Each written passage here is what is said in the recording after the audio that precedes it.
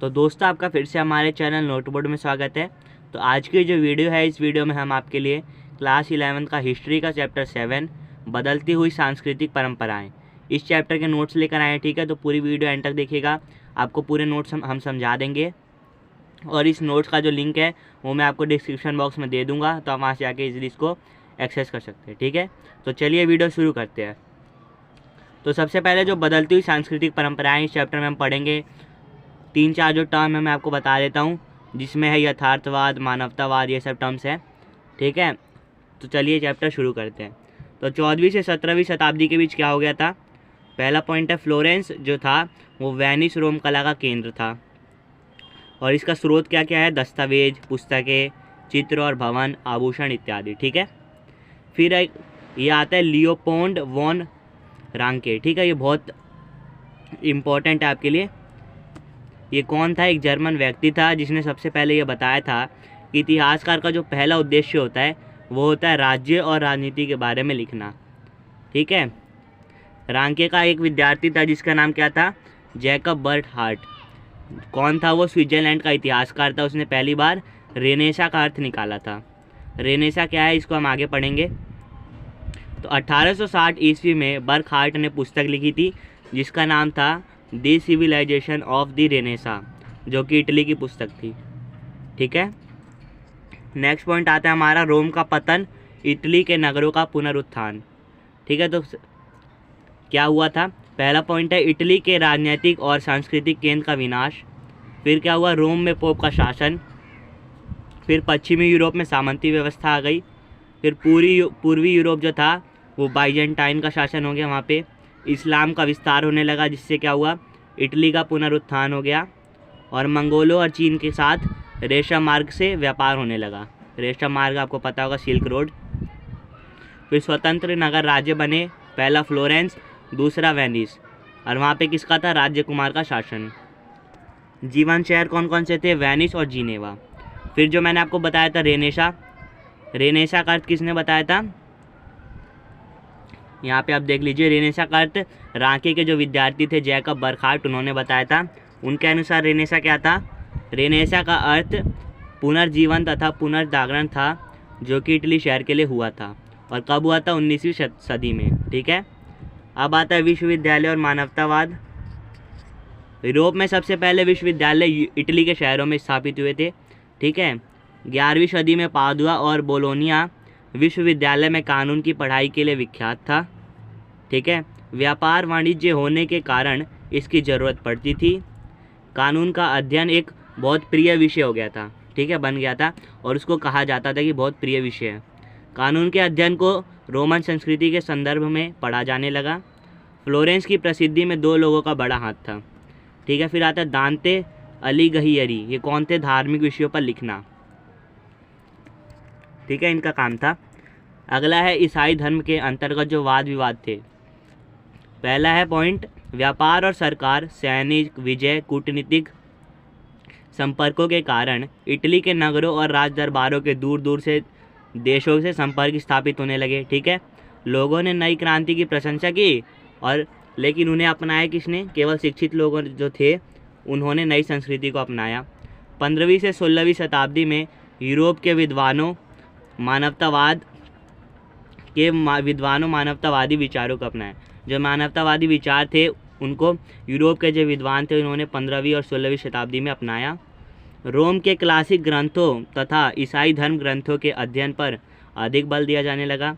मानवतावाद ने ईसाई चर्च के सदस्य को अपनी ओर आकर्षित किया। ठीक है, फिर आता है कोपरनिकस क्रांति। ईसाई जो लोग थे वो ऐसा मानते थे कि मनुष्य जो है पापी है, लेकिन जो वैज्ञानिक लोग थे वो इनका विरोध करते थे। ठीक है, और इसी में जो सबसे बड़ा काम था वो कोपरनिकस का था, यूरोपीय विज्ञान के क्षेत्र में। ठीक है, ईसाई कहते थे कि पृथ्वी जो है पापों से भरी है, इसलिए पृथ्वी जो है स्थिर है और इसके चारों ओर जो है ग्रह घूम रहे हैं। इसी बात से देखिए प्रभावित होकर क्या हुआ, कोपरनिकस ने जो अपनी पांडुलिपि थी द रिवोल्यूशनिस्ट, ठीक है, परिभ्रमण वाली जो उसकी पांडुलिपि थी उसको प्रकाशित नहीं कराना चाहते थे इसी बात से। ठीक है, लेकिन मरने से पहले क्या हुआ, उन्होंने जो अपनी पांडुलिपि थी वो किसको दे दी? अपने अनुयायी को यानी शिष्य को दे दी, जोशिम रिक्सिक, ठीक है, रिपकिस को। उसके बाद क्या हुआ? आधी शताब्दी के बाद खगोल शास्त्री जो थे, जोहानस केपलर, गैलीलियो, ये सब क्या हो गया? संसार और पृथ्वी के अंतर को इन्होंने समाप्त कर दिया। ये अपनी अपनी जो है नियम देने लगे। उसके बाद क्या हुआ? पुस्तक ऑन ब्लेजर में भोग विलास पर लगाई रोक की आलोचना की, ठीक है। इस समय लोगों में अच्छे व्यवहार के प्रति दिलचस्पी थी। लोग क्या करते थे? विनम्रता से बोलते थे, अच्छे कपड़े पहनते थे, सभ्य बन के रहते थे, ठीक है। फिर आते मानवतावाद। मानवतावाद का मतलब यही था कि व्यक्ति सत्ता और दौलत को छोड़कर दूसरे माध्यमों में जीवन की अच्छा बनाए, ठीक है, कि दौलत और सत्ता से व्यक्ति जो दूर रहे और जितने भी दूसरे माध्यम हैं उससे जो व्यक्ति अपने जीवन को अच्छा बनाए। फिर आता है नेक्स्ट पॉइंट, महिलाओं की आकांक्षाएं। महिलाओं की क्या क्या आकांक्षाएं थी? अभिजात वर्ग और जो संपन्न परिवार थे उनमें पुरुषों का प्रभुत्व था, ठीक है, एक तरीके से वो मुखिया थे। वहाँ पे महिलाओं की जो स्थिति थी वो अच्छी नहीं थी। लड़कों को शिक्षा दी जाती थी और जो छोटे लड़के थे उनको चर्च में भेज दिया जाता था धार्मिक काम जो है उन्हें करने के लिए। दहेज जो मिलता था उसे पारिवारिक कारोबार में लगाते थे। अगर देखो कम दहेज मिलता था तो शादीशुदा महिलाओं को ईसाई मठ में नन का जीवन बिताने के लिए भेजा जाता था। मॉन्क नन मतलब वही, ठीक है, भिखारी जैसा होता जीवन, उनको बिताने के लिए भेज दिया जाता था। फिर व्यापारी परिवारों में महिलाओं की स्थिति अलग थी। वहाँ पे क्या था कि जब अगर कोई पति या मान लीजिए पुरुष लंबे समय के लिए कहीं दूर जाता था तो जो कारोबार था वो पत्नियाँ चलाती थी यानी स्त्रियाँ चलाती थी, ठीक है। तो यहाँ पे देख सकते हैं आप कि अभिजात वर्ग जो थे वहाँ पे, अभिजात वर्ग और संपन्न परिवार जो थे वहाँ पे महिलाओं की स्थिति अलग थी और जो व्यापारी परिवार थे वहाँ पे महिलाओं की स्थिति अलग थी, ठीक है। फिर आता है वास्तुकला, भवन निर्माण। 15वीं शताब्दी में रोम नगर भव्य रूप से पुनर्जीवित हो उठा। 1417 में पोप राजनीतिक दृष्टि से शक्तिशाली बन गया था। पुरातत्वविदों ने रोम के अवशेषों का उत्खनन किया। वास्तुकला की नई शैली का पुनरुद्धार था जिसे अब तक शास्त्रीय शैली कहा गया। पोप ने धनी वास्तुविदों को अपने भवन बनाने के लिए नियुक्त किया जो शास्त्रीय विज्ञान से परिचित थे, ठीक है।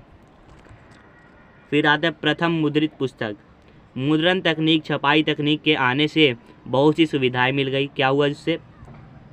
पहले यदि दूसरे देशों के लोगों ने महान कलाकारों के द्वारा बनाई पेंटिंग, लेपचित्र, मूर्तियां, भवन देखना चाहते थे तो उन्हें इटली जाना पड़ता था, ठीक है। अगर कोई लोग देखना चाहता है दूसरे देशों के लोगों ने क्या क्या पेंटिंग बनाई है, मूर्तियाँ बनाई है, तो उन्हें इटली जाना पड़ता था। लेकिन अब क्या हो गया, जब छपाई की तकनीक आ गई तो लोगों को इधर उधर जाने की ज़रूरत नहीं पड़ी, ठीक है। वो जहाँ हैं वहीं पे उन्हें पुस्तकें मिल जाती थी, जो भी मूर्तियाँ देखने को मिल जाती थी।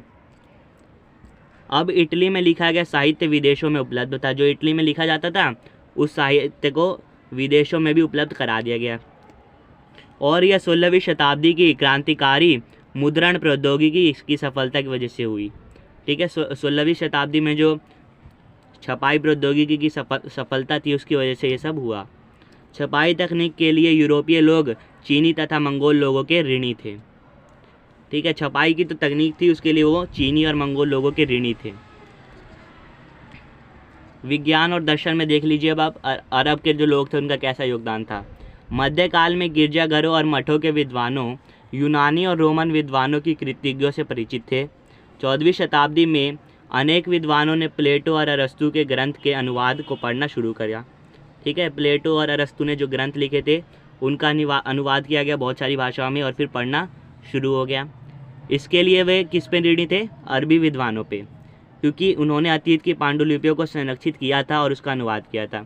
अरब के जो विद्वान थे उन्होंने अतीत की जो पांडुलिपियाँ थी उनको बचा के रखा था और उसका अनुवाद अलग अलग भाषाओं में किया था, ठीक है। जैसे प्लेटो का अरब में क्या कहते हैं? अफलातून, एरिस्टोटल को अरस्तु, ठीक है, अरब भाषा में। अब आता है लास्ट टॉपिक है हमारा, कलाकार और यथार्थवाद। मानवतावादियों ने अपने विचारों को फैलाने में सिर्फ शिक्षा का नहीं बल्कि कला का भी, वास्तुकला का और ग्रंथों का उपयोग किया। पुराने चित्रकारों से नए चित्रकारों को प्रेरणा मिली। रोमन संस्कृति के बौद्धिक अवशेषों की खोज की गई। रोमन साम्राज्य के पतन के लगभग 1000 साल बाद भी उससे खंडरों में कलात्मक वस्तुएं मिली, ठीक है। 1416 में दोनातल्लो ने सजीव चित्र बनाकर नई परंपरा कायम की। चित्रकारों के पास नमूने के तौर पर प्राचीन कृतियाँ नहीं थी, लेकिन मूर्तिकारों की तरह यथार्थ चित्र बनाने का प्रयास किया। ठीक है, जो चित्रकार थे उनके पास नमूने के लिए जो होता है प्राचीन जो कृतियाँ थी वो नहीं थी, लेकिन मूर्तिकारों की तरह उन्होंने क्या किया, यथार्थ चित्र बनाने का प्रयास किया। अब इन्हें रेखा गणित का ज्ञान हो चुका था, त्रिआयामी चित्रण करना प्रारंभ कर दिया। 3D जो चित्र होते हैं वो इन्होंने बनाना स्टार्ट कर दिया। ठीक है, इस तरह शरीर विज्ञान, रेखा गणित, भौतिकी और सौंदर्य की उत्कृष्ट भावना ने इतावली कला को नया रूप दिया, जिसे बाद में यथार्थवाद कहा गया। ठीक है, यथार्थवाद क्या है, जो इतावली कला थी उसको जो उत्कृष्ट भावना मिली शरीर विज्ञान से, रेखा गणित से, भौतिकी से और सौंदर्य की, ठीक है, इन सब से मिलके जो उत्कृष्ट भावना ने इतावली कला को जो नया रूप दिया उसे क्या कहते हैं, यथार्थवाद। यथार्थवाद की यह परंपरा 19वीं शताब्दी तक चलती रही। ठीक है।